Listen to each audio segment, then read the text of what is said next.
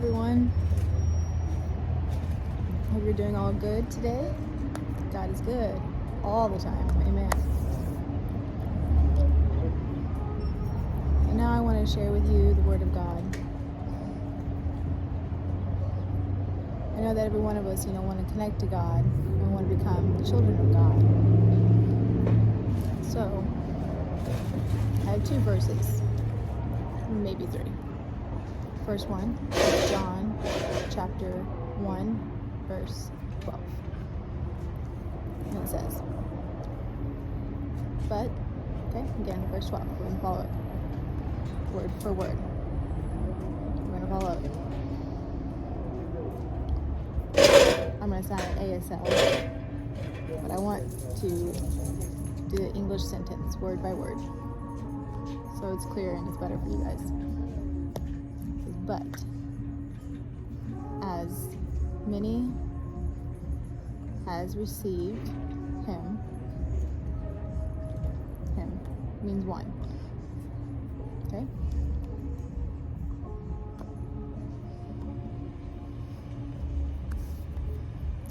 So it's talking about, the Word becoming flesh.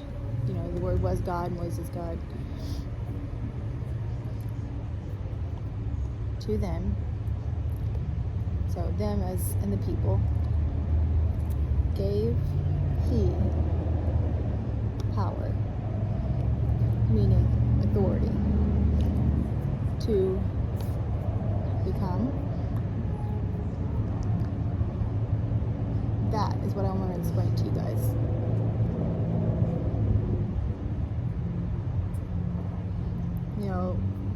If you love God, then you can be a child of God and have a connection with Him.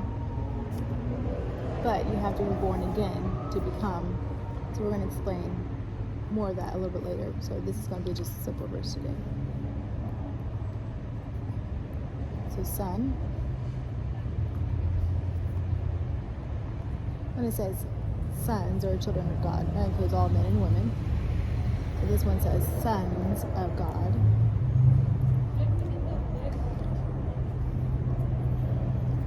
He said to them that believe on his name. What is his name? Think about it. So going down to verse 13, which were born not of blood, nor of the will of the flesh, nor of the will of the man, but of God. God's will. It's God's will for us to become his children. Verse 14. And the Word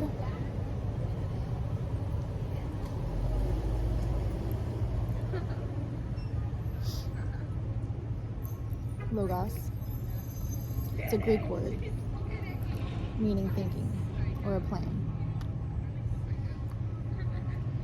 God already planned, to set up the earth before we were even born. He already knew what Adam was going to look like. He had planned all the way up to the cross, to the end of the world. God wants to save us. But anyway, we want our will to follow his.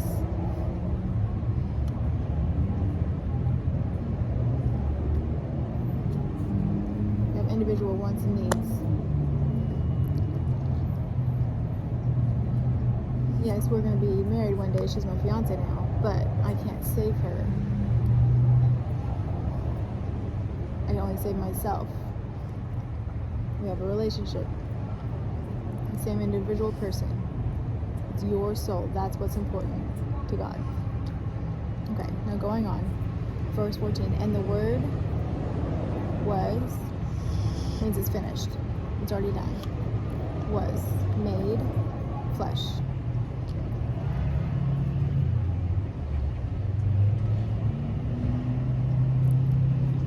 The New King James Version. The word became flesh. But here it says the Word was made flesh. and dwelt. That word means or live among us. God's Spirit? Yes, you can't see God, but He's among us. How?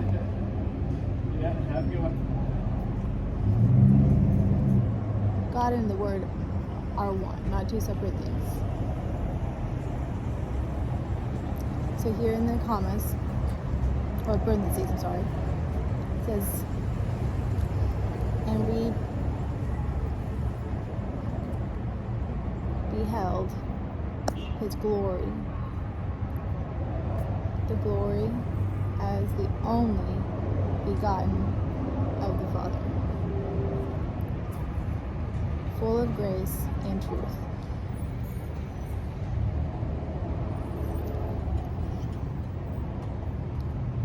John 1:18 says, no man hath seen God at any time.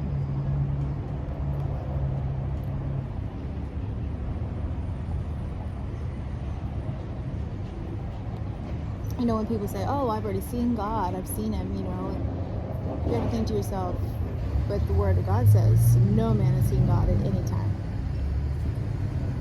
No man hath seen God at any time. Only begotten Son.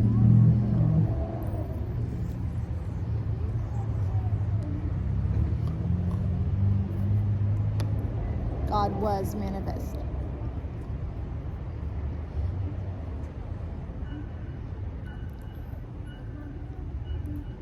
Which is in the bosom of the Father.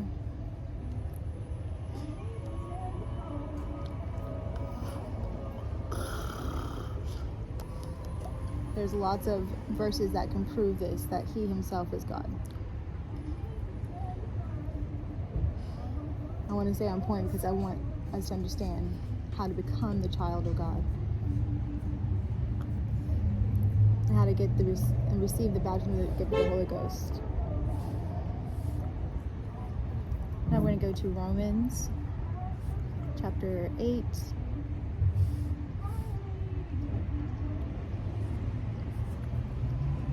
So again, Romans. This is a letter written to Rome, the Catholic Church in Rome, or the Church of Rome. You have the book of Acts. That's the history of the church and how it was started, the gospel, and all that. Romans chapter 8, verse 9 says, but ye are not in the flesh, but in the Spirit,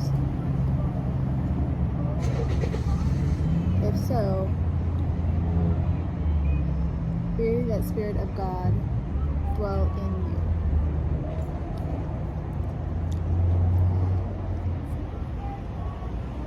Again, Spirit of God dwell.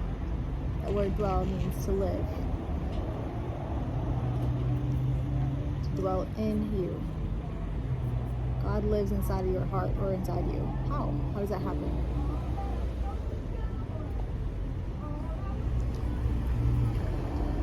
God can be in each individual person. His Spirit is everywhere. He has no limits. He's in and He's just everywhere. He can go to anything or anyone. So He wants to be in your life. If you surrender,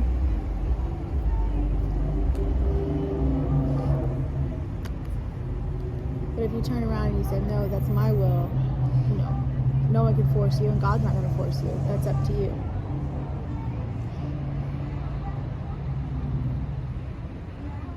He's very gentle. He's a gentleman. He's going to honor you.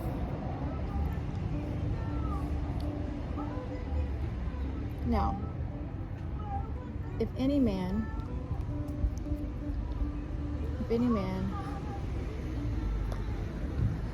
have not the Spirit of Christ, God and Christ different? No, they're the same. If any man have not the Spirit of Christ in he, whoever you may or we may be talking about, but he is not, there's none of his. He's not connected to God. So again, I just want to warn you, God doesn't want that. He wants to come down and live inside you. He wants you to believe on his name. What is his name? It's Jesus, and it's important to know. I'm going to go to Acts chapter 2, verse 38. Then Peter said unto them, repent. That's the first thing. These two can be switched. Be baptized, every one of you, in the name of Jesus Christ, for the remission of sins. That means the removal.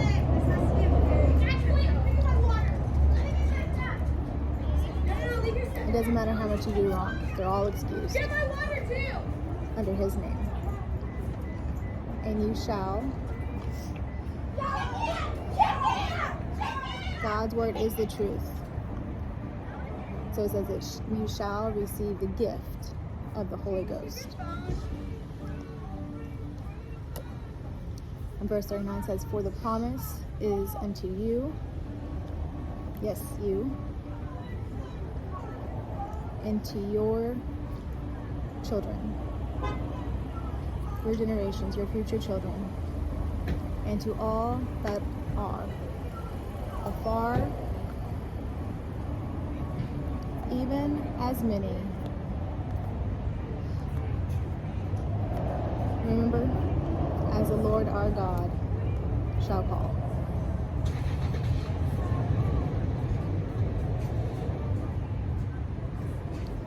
Go back to John chapter 1, verse 12. It says, we're going to go back again to chapter 1 of John. It says, verse 12, but as many as received him, the same God. He gives you the power to become the sons of God under his name. If you believe on his name, that's one. That's our forever Father. There's just one name, Jesus. That's just simple. If you're willing to just surrender and follow him, and follow his spirit and the teaching of the word of God, and be baptized in the name of Jesus for your remission of your sins, he will give you the Holy Ghost. He says, I will build my church, that he